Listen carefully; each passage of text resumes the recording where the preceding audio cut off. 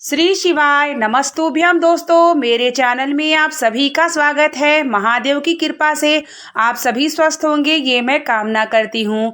आज मैं आप सभी को वीडियो में शेयर करने वाली हूँ नवरात्रि में सरल विधि से कैसे पूजा करें। अगर आपके पास समय ज़्यादा नहीं है तो माता रानी की पूजा और पाठ कैसे करें जिससे माता की कृपा आपके ऊपर प्राप्त हो, और सरल विधि में हम सभी कलश कैसे रखें। बहुत सारे लोग कार्य में लगे होते हैं, ड्यूटी में होते हैं, बिजनेस में होते हैं और माता रानी की कृपा प्राप्त करना चाहते हैं। तो यह जो नवरात्रि पड़ रही है, ऐसा नवरात्रि 30 वर्ष बाद पड़ रहा है। ऐसा माना जा रहा है कि सर्वादि सिद्धि योग भी है इस नवरात्रि में। तो आप सरल विधि से कैसे पूजा करें, संपूर्ण जानकारी हम आपको इस वीडियो में देंगे। वीडियो के अंत तक बने रहेंगे तो संपूर्ण जानकारी आपको प्राप्त भी होगी। और 9 अप्रैल से चैत मास की नवरात्रि शुरू हो रही है। दिन मंगलवार से शुरू हो रहा है और मंगलवार के और अश्विनी नक्षत्र पड़ने पर इसलिए बहुत ही शुभ संयोग माना जा रहा है।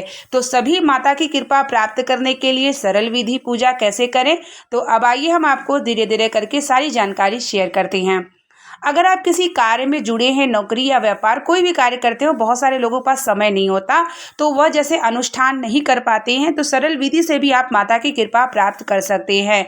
अगर आप कलश की बात करें सरल विधि से, तो आप एक श्रीफल नारियल ले लीजिए, चुनरी में उसे लपेट लीजिए। 9 या 11 बार मौली से लपेटने के बाद उसके ऊपर 9 फूल वाला माला मौली का बना करके आप उस पर रख दीजिए। और आपके पास कोई भी माता रानी का, दुर्गा का फोटो होगा, उसके चरणों में आप उनके रख सकते हैं। वह 9 दिन तक आप उसे रख सकते हैं। जब आप ऐसे कलश की स्थापना या ऐसे श्रीफल को रखते हैं तो आपके ऊपर कोई भी प्रकार की पाबंदी नहीं होती। जैसे कि अगर कहा जाता है कलश तभी रखें, यानी कि घर को आपको एक रात्रि भी छोड़ा नहीं जाता। तो ऐसे में आप जैसे कहीं बाहर भी जाना चाहते हैं तो आप जा सकते हैं। तो आप माता रानी के श्री चरणों में आप इस तरीके से श्रीफल को चुनरी से लपेट के रख लीजिए और उसे आप प्रतिदिन सुबह शाम पूजा जरूर करिएगा। जैसे माता रानी को फूल समर्पित करेंगे तो आप नारियल को भी जरूर पूजा करिएगा, क्योंकि नारियल माता लक्ष्मी का स्वरूप मानी जाती हैं।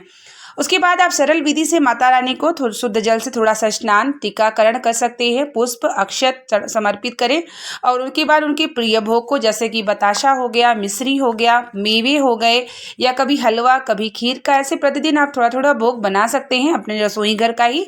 आप सुबह शाम माता रानी को भोग दोनों टाइम ज़रूर लगाइए। और उसके बाद जो है स्वयं भी जब पूजा करिएगा माँ दुर्गा का, तो कोशिश करिएगा कि लाल रंग का कपड़ा हो या पीले रंग का कपड़ा हो या हरे रंग का कपड़ा हो तो ज़्यादा श्रेष्ठ होगा। उसके बाद सरल विधि से आप पूजा करिए। पूजा करने के बाद ही कुछ ग्रहण करिएगा। अगर मान लीजिए आप व्रत नहीं करते हैं तो कोशिश ये करिए कि सुबह की पूजा करने के बाद ही आप कुछ ग्रहण कर सकते हैं। तो आपका बिना कुछ अन्न ग्रहण पूजा करते हैं तो ज़्यादा श्रेष्ठ रहेगा।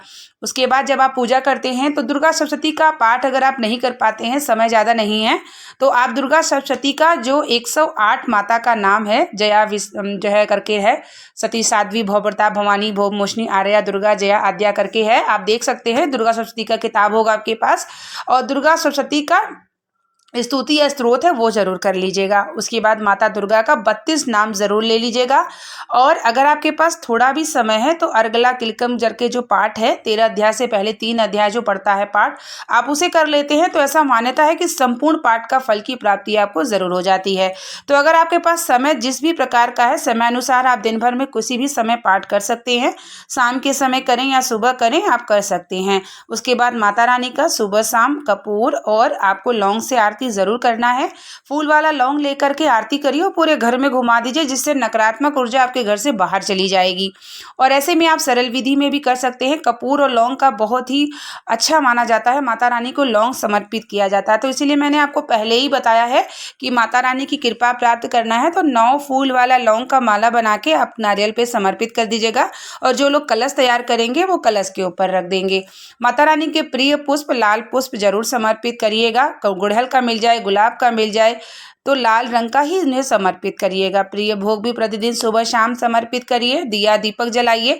अखंड ज्योत अगर आप नहीं जलाते हैं तो सुबह शाम गाय का शुद्ध लंबी बाती का घी का दीपक जरूर जलाइए।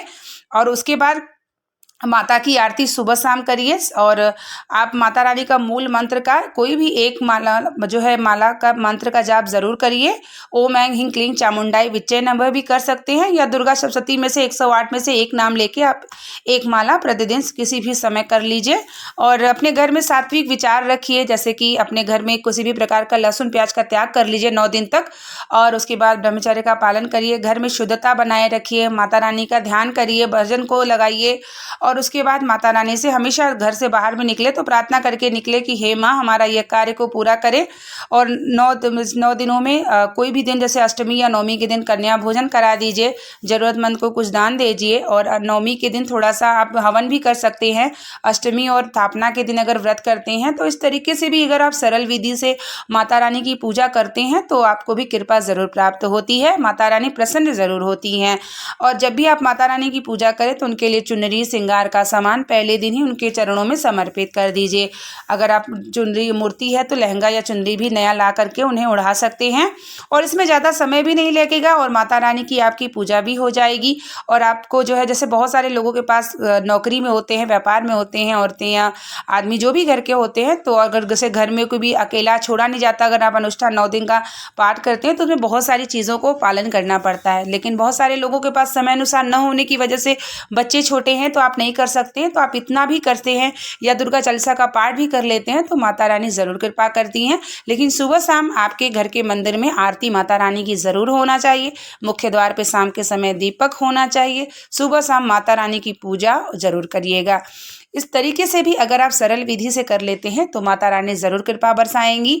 और ऐसा माना जा रहा है कि 30 वर्ष बाद ऐसा नवरात्रि पड़ रहा है, क्योंकि जो अश्विनी नक्षत्र की शुरुआत होती है वो चैत मास में, और वो भी दिन मंगलवार, क्योंकि माता रानी का मंगलवार का दिन है। तो मंगलवार से माता रानी की पूजा जो है शुरू हो रही है।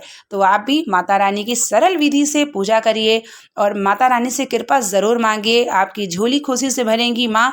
और नवरात्रि आने से पहले अपने घर की पूरी सफाई कर लीजिए, रसोई घर की सफाई कर लीजिए, पूजा मंदिर की सफाई कर लीजिए, जिससे माता रानी आपके घर में प्रवेश जरूर करें। और हो सके तो जो है आम के पत्ते को 5 या 11 या 7 करके माता रानी के चरणों के समक्ष ज़रूर रखिएगा, और उस पर थोड़ा थोड़ा खीर रख करके आप माता रानी को भोग लगा सकते हैं। और इससे माता रानी भोग को स्वीकार करती हैं और प्रसन्न भी ज़रूर होती हैं। तो इस तरीके से सरल पूजा विधि आप कर सकते हैं। अगर ये वीडियो पसंद आई होगी तो प्लीज़ इसे शेयर ज़रूर कर दीजिएगा, क्योंकि नवरात्रि आने वाली है। जिसके पास समय ना हो वह समय अनुसार इस प्रकार से पूजा करके माता रानी की कृपा प्राप्त करें। बने रहिए मेरे चैनल पर, जो भी जानकारी मैं आपको शेयर करती हूँ आप तक प्राप्त हो और आप भी भगवान की भक्ति करके अपने जीवन को सार्थक करिए।